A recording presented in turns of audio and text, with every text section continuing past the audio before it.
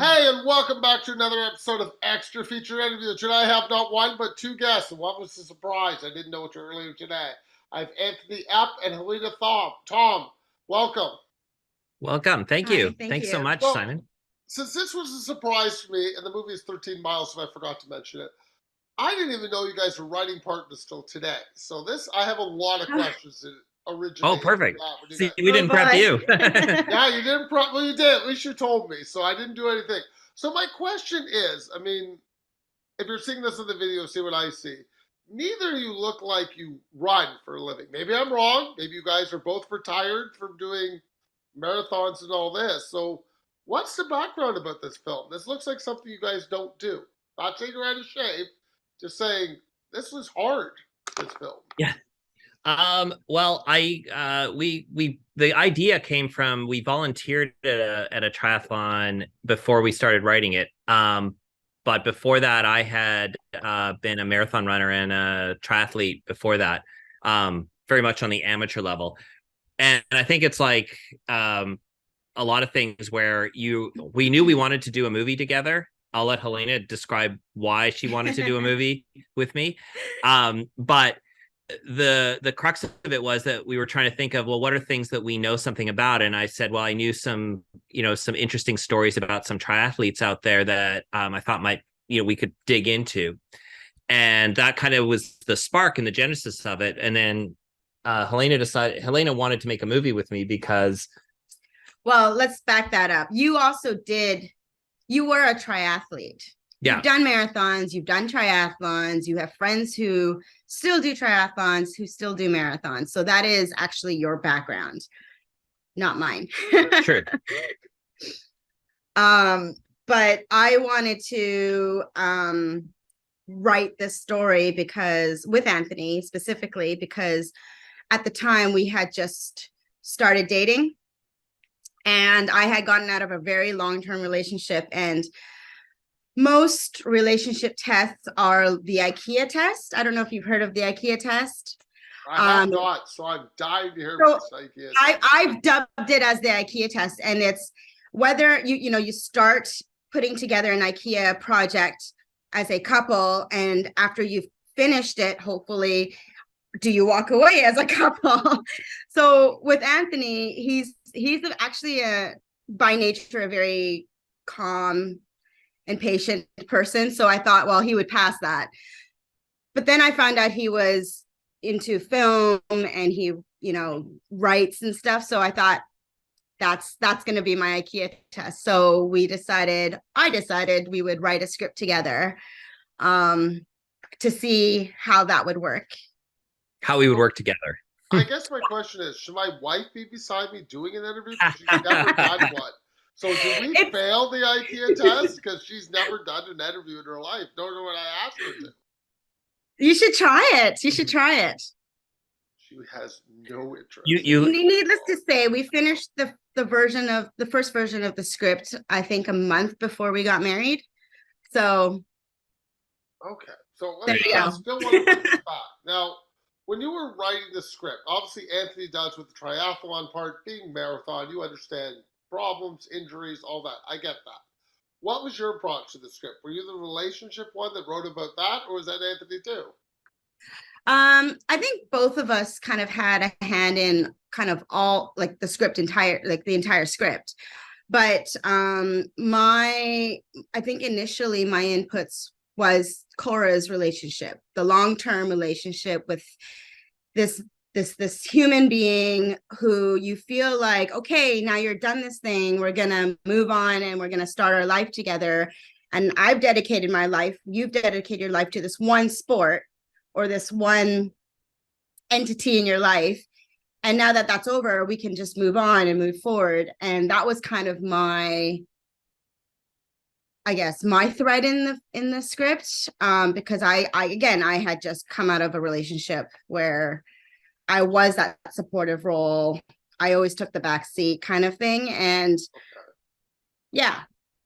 This explains a lot. I'm getting a lot out of you that I got in the film. That's good. Right, So right. What you know. Yeah, does this allow your characters to have depth? I would say yes, because I really felt Cora was fleshed out immensely.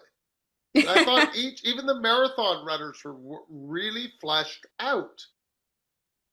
Yeah. Now I do have, since we're getting into this, which I hadn't even write my notes. I have a small. Was the sister ever have more information? That was the one I felt was left out with the Oh yeah. sister.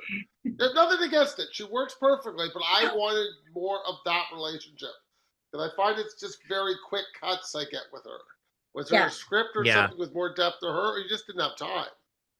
There's a bigger version of this where both actually it's just a longer movie, and I think a lot of it came down to there are I think there's 2 or 3 scenes, big scenes with both characters that were cut from the film in the end because we were like, this movie is going to be 2 hours and 20 minutes long if we don't cut it back. It's gonna be too long. and I think that we made some hard decisions in the cutting process of like cutting out some scenes, but also I think in the writing process we cut a lot of backstory out because we thought, well, let's dig into it. Let's sort of do the idea of like, let's get into it in the middle of everything. So we kind of hoped that the audience would catch up to the relationship themselves and see themselves, like see that sister relationship already and be able to fill in the blanks for themselves and not try to spoon feed too much of it to them. And the same thing with on the runner's side, on Trevor's side,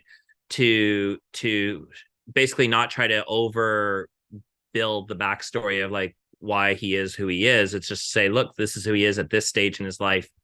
This is where we're going. We're going to start from here, and we're going to only show you the bits and let you fill in the blanks yourself. But I don't disagree. There's a lot. I think that Lexi, and especially because she's also Sadie, who plays the character, brought so much to the character that I think you leave wanting more from her because she's also such a compelling character. The scene I needed a little bit more, which people who've seen the film will probably know. There's a big problem, which I will discuss later in the thing, that happens in a certain place. And I find it sort of quick. You know what I mean? The argument happens, something happens at night, the argument in the morning, and we don't really go back to it until the end of the film. And it's kind of like, I want to know more about that basic argument. I know you do try to give me as much as you can in 2.5 minutes, I would say. I was really looking for like another minute and a half. I know I'm being fussy here, but as a viewer, I wanted more of that one scene. Was there more? Do you know what I'm getting at? I will go into it later. Well, the way we shot too, like we shot, we shot it very, as you can tell, it's very handheld and very like raw, sort of very raw and like realistic in the moment. And I think that there's a lot of extra story that we sort of did. We did a lot of that. Like almost some of it's even improvised. I think that where there's some improv stuff that comes in there that just is very good. And it just, some of it made it in the film and some of it didn't. And we sort of made choices. But it's interesting because I think some of that too is maybe that's good that you want more. We need to we need a spin-off of the Lexi story. I need more. Okay, let's get into the film. Enough of the script. People have to watch it to find out what we're talking about. At the beginning of the film, we have a big triathlon event. I know you use this and supplemented in the film for all your races. I kind of started to notice because I'll tell you your giveaway that's really easy. You saw the same statue too many times. There's a statue I started recognizing throughout. Statue, let's see. There's a pan shot. It shows like a statue, a silver statue. I know it's the same race you're using all the time. It looked like just one race to me that you're filming. Well, interesting. I'm not sure which statue you're referring to. Probably the silver one in Okanagan. It's probably the one in Okanagan. Maybe. But we only had that statue once and possibly twice. Okay. 100% twice, because I know it's twice. I'm like, is this the same race all the time? Just cut? So that's it's the one at the beginning, and then there's one in the middle that we used the same race. We filmed the same race, and we used it for 2 different races. Okay. That might be. But the first race was actually in Hawaii. No, I'm talking about the last race. I see the same statue twice. Oh, interesting. If it's the last race, that would make sense because it is supposed to take place. Okay. I know what you're referring to. The pre-race where we actually have the shot of the statue. And then right before the gun goes off, we have Corey, who plays Vanessa, doing like the reporting kind of thing. Okay, I know exactly what you're. So that's all actually at the same location. So that was on purpose. Okay, that's my question. So, where are the two races then in the film? One you're telling me is Hawaii, and the second one's in the Okanagan Valley. And we have one that's called that was done in the desert in California. And we did a Vancouver triathlon. We did several races actually. There were multiple races in that film. So when you're showing up, do you have to call the organizer and say, "Hey, we're coming to film this," Yeah. or you just show up?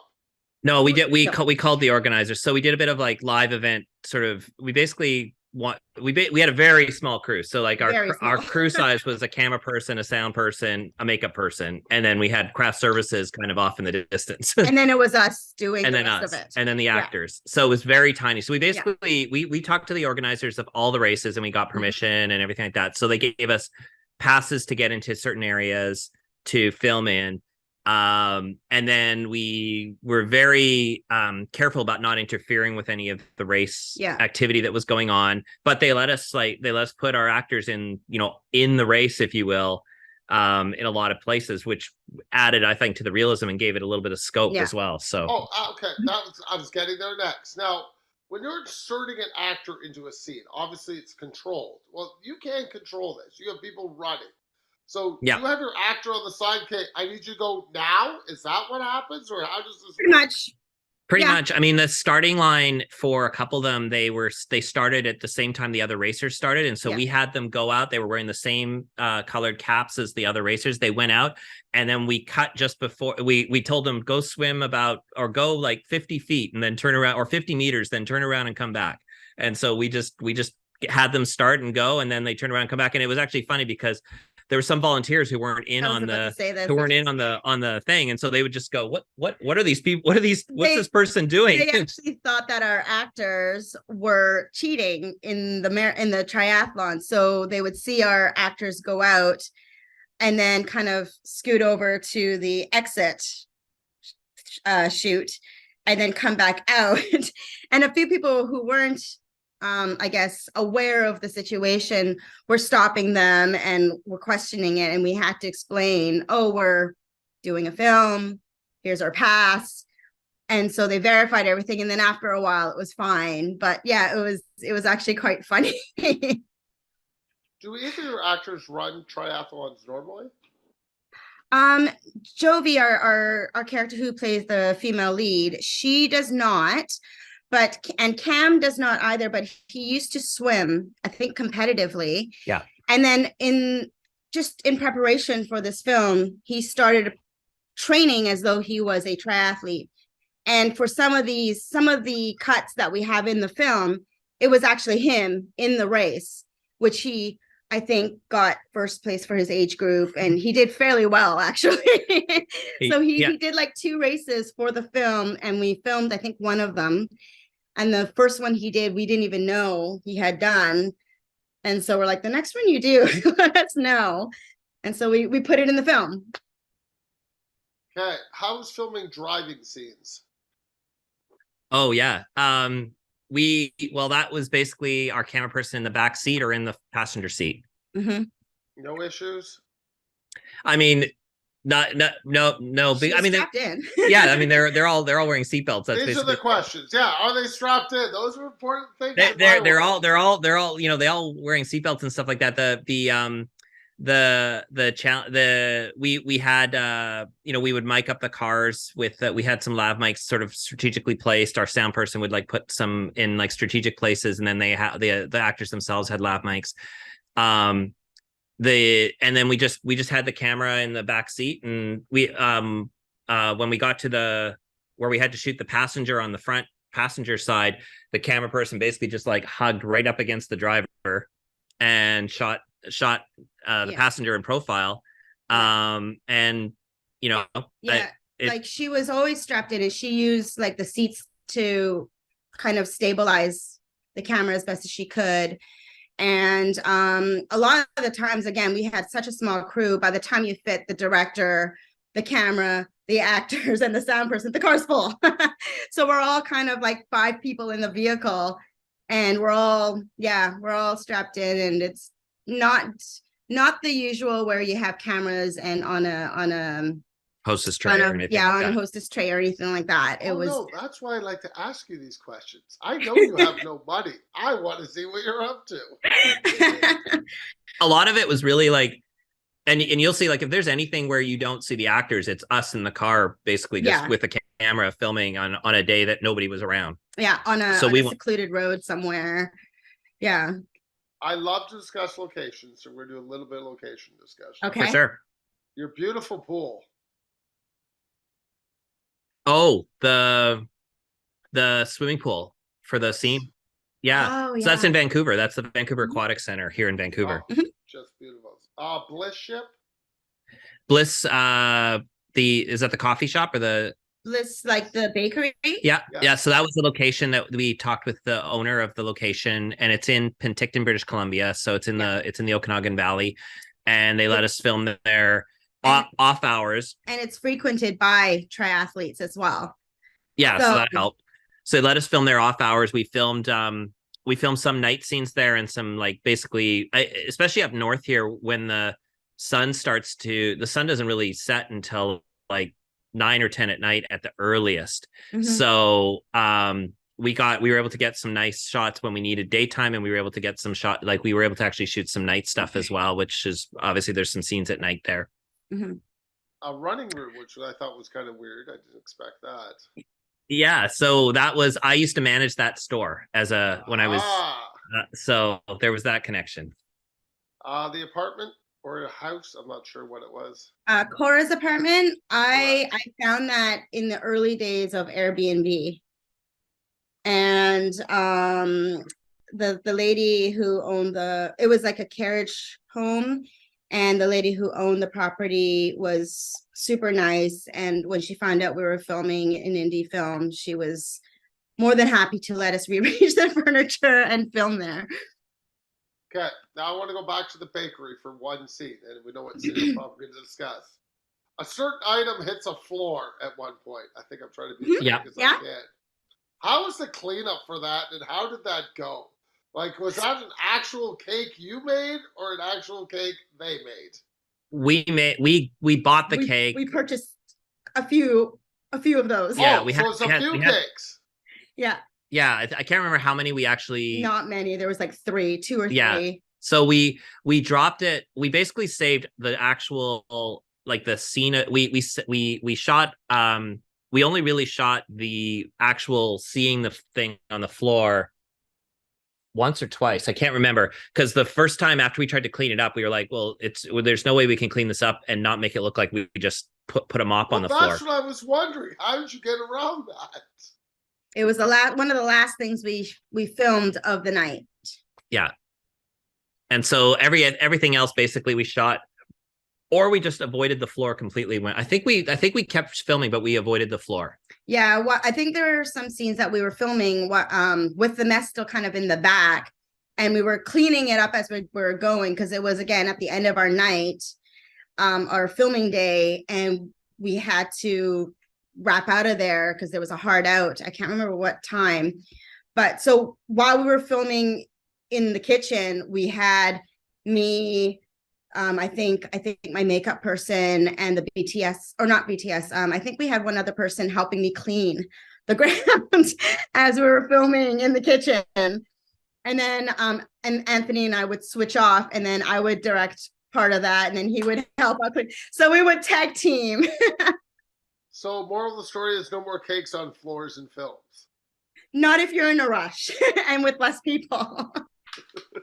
I mean, it's what adds to the fun of it, though, too, because you sort of think to yourself, oh yeah, we'll just drop the cake on the ground, it'll be fine, and we'll have a couple of cleanups, and then we'll do it again. I think after the first cleanup, we were like, there's no way this floor is going to look like we just cleaned it, basically. Cream cakes are difficult. Yeah. Yeah, I was thinking that cakes looked like lots a of big whipped cream mess on it. Okay, I'm going to go back to the running route. Is it normal to have so many shoes out in a store with one person? Yeah. Mm-hmm. Yeah. So, Really? how about this? Not that many. I mean, it's happened to me before. That's kind of like, I mean, a lot of that scene was from my own just like experience. And I mean, I've had times where I brought out basically like the entire store for a person because we just couldn't find the right one, or there wasn't, like, they were being finicky or whatever it was. And if you have the time, sometimes you're like, if the person isn't trying to get out of there quickly, then you'll stay there for hours. So it was kind of true, kind of like a little bit of an exaggeration, but not that much. Yeah. Wow. I've seen that. I've gone shoe shopping and I've had probably that many boxes around me. And if Ever. you talk to runners, like especially new runners and stuff, like they don't want to get it wrong because they don't they feel as though, like, if they don't want to get hurt, like this is almost like if they pick the wrong one, they might get hurt. I mean, it's kind of almost superstition in a way, because that's not really going to happen. But Okay. In Cora's training montage, how much running do you really make her do? Not as much as it looks. I mean, the interesting thing was it was a very hot summer during that time, and so a lot of it was more just, it was just so hot that we didn't do a lot of takes with running, like, honestly, like, and most of what we did you see in the film. So we didn't use some of it. Like there was one at I think it was Kitts Beach. Right. We didn't even use all of it. And, whenever we had some time, we would go, hey, let's go for a run. And in fact, there was that one scene in the snow just after her breakup. That was in December, the first day of snowfall. And I think sometime in the night, we called Jovi up and said, hey, so there's snow. How do you feel about getting up and coming over and doing a few scenes at, I think it was like 4 or 5 in the morning, something crazy like that. And she was game. And we didn't even give her proper shoes. We purposely gave her those canvas shoes, like just plain canvas shoes. And she was a real good sport about it. Yeah, it was cold. It was cold. Very cold. There's some stabilization in the footage where we had to stabilize the camera footage because the camera was... We couldn't stop the hands from shaking. We have the film. It seems to be a common theme. Knowing an athlete, knowing when he is done. I'm just talking about your main male athlete. Now, do you feel as a writer, athletes should know when they're done, or they just feel you being a triathlete have retired of someone? So how did you know you were done? Or how do you think an athlete should know they're done? How do we think an athlete? I think that's actually I mean, they write books about that stuff, like about people coming to the sunset of their career and trying to and especially for a professional, I would say any athlete who was in a prime at some point has known nothing other than this for their life. I don't know that there is a point where I don't think there's a defined thing where you say you're done. I mean, I think that's the question, right? Like there's always one more kick at the can, especially for Trevor. I mean, he comes in second in the world championship race, and he's supposed to retire. But how do you retire when you've been that close? That's, I think, the question we were asking for that character. And I think that if you asked any person who's competed in the Olympics or competed in any of those sports, or even a football player or a hockey player or a baseball player, I think that you just realize at some point that you just can't do it anymore, or you don't want to do it anymore, or the hunger's not there anymore. And I don't know that there's a right time. Some people never give it up. So that might be said for a lot of us. I want to give you guys full credit for one shot. So I don't know who took it. There's a shot of steam coming out of the water. It is beautiful. Oh, yeah. A bunch of people. Absolutely nothing against anything else you did. I think my favorite shot in the movie. Oh, yeah. When was that taken? First thing in the morning or at night? Or no, that was the first thing in the morning. Did you know that was coming? I no. I mean, I think that was like the fact that there was that because we shot that actually up in Whistler, British Columbia, which is a mountain town.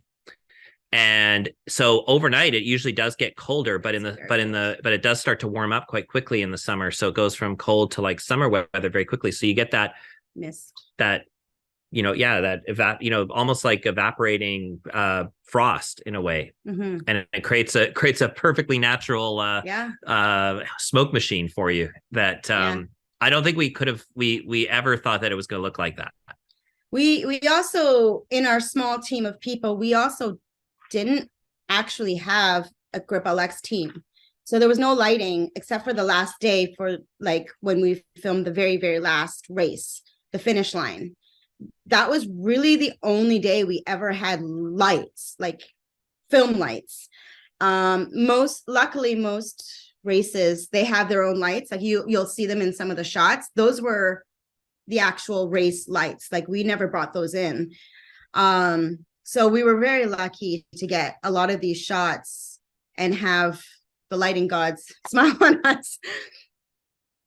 Okay, in the editing, you also couple that shot right after with a beautiful mountain shot. Mhm.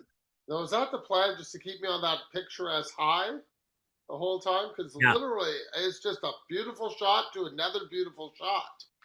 And then that's Yeah. the midpoint of the movie. Like that's almost Yes. halfway. That's right at the halfway point of the movie, and then things start to spiral for Trevor at least, and that's when the fight happens with Cora and her sister. Sort of. So like, Yeah. it's basically like, yeah, picturesque. You think everything's going well. We're getting, their lives are coming together. Yeah. And smash. So yeah, the idea was to tie those two together, as like both of them feel like they're moving on with their lives, and then they're both brought back down to the reality of who they are as people. And another thing about both of those scenes is there's a point where they have that thought where, okay, now I feel like I can catch a breath. And that's partially, Trevor and looking in the mirror, and he's visualizing the race, and he's breathing, he's having that breathing exercise. And when Cora, when she goes up the mountain, she also takes a moment to breathe. It's one of those things where you're just so consumed by all the things that are going on in your life. Sometimes you forget to breathe. And that's what they're both doing. They're breathing, they're taking a moment, and they're going, oh, now I can have a moment. Everything seems fine, air quotes. And then again, like Anthony said, smash, something happens. Okay, I think I've covered everything but my fun questions, which you cannot prepare for. So you're out of luck. Done. So, first time on the show, I always ask everybody the same first question. Your favorite film? You can go first. My favorite film. Well, gosh, it depends on what day of the week you ask me. I would say, from a nostalgia point, I loved Jaws growing up. I love Lawrence of. So I'm giving you more than one, but Lawrence of Arabia, Road to Perdition. Oh, great film. And that, yeah, I mean, I love movies that tell really good cinematic stories that are a bit genre too. I like I love films that can be artistic but also be genre. I think the first film that really made me sit at the edge of my seat was Pan's Labyrinth. Pan's Labyrinth was probably my favorite. I love the aesthetic. I love the light. I love everything about it. I mean, it's a dark film with a dark story, but I just loved it so much. So Pan's Labyrinth is probably one of my favorites. Your favorite film from last year? From last year. Ooh. I guess we should say everywhere, all at once was I think technically the best film made. I'll say that. It was definitely very interesting. Like I thought it was interesting. I thought it was visually like stimulating. Like I thought a lot of it was very like it just kind of blew your mind a little bit, for sure. And I'm also, the hard part, I'm trying to think also with the pandemic, I don't remember what was last year and what was the year before. We also worked kind of a lot last year. It's all kind of blended together. Yeah. Don't worry But about I really enjoyed Belfast as well. That's the year before. Yeah, so that's the year before. Okay. Since you are drinking on my show and you can only see that in the video, what's your favorite drink? Your last question. Oh, I'll take that one first. Mine is Scotch. That's what I thought he was drinking, was a Scotch. It looked like to me. I would argue it looked like a Scotch. Yeah, we actually, there's a drink out there called Writer's Tears. Oh, which is Scotch bourbon, I think, and so that's our that's perfect. When we wrapped the shoot on the very last day, I don't know if you can tell, but it was what it was supposed to be at the end of summer. We were supposed to film it. Turned out to be kind of in November when we ended up filming it. And it was snowing the entire day, except for when we rolled the cameras. Oh, perfect. So our poor volunteers, who are like, I guess they're not volunteers, like the speculators or spectators, and our crew and our actors, they were all wearing summer clothes. And I felt, I mean, they were real champs about it. But then at the end of the night when we wrapped, we opened up a bottle of writer's tears, and we all basically finished that bottle. Excellent. Okay, before I let you go, you got to tell everybody where can they find this film other than Tubi, which I do know it's on Tubi, and it's Tubi in Canada and Tubi in the US. I know that. Correct. And so Amazon, it's on now. Amazon US and UK. Prime. Prime, yeah. Then it's also on Hoopla, which is the public library. Oh, cool. And then Tubi and Popsy Plex. I've never heard of it. I know, I hadn't either, and now it's up there as well, and it's available there. I think that's an AVOD as well, and a advertising platform as well. So it's on those platforms, and then we have it up on our Vimeo site as well. So, well, that's it for me. Thank you, and have a good night. Thank you so much. Thank you so much.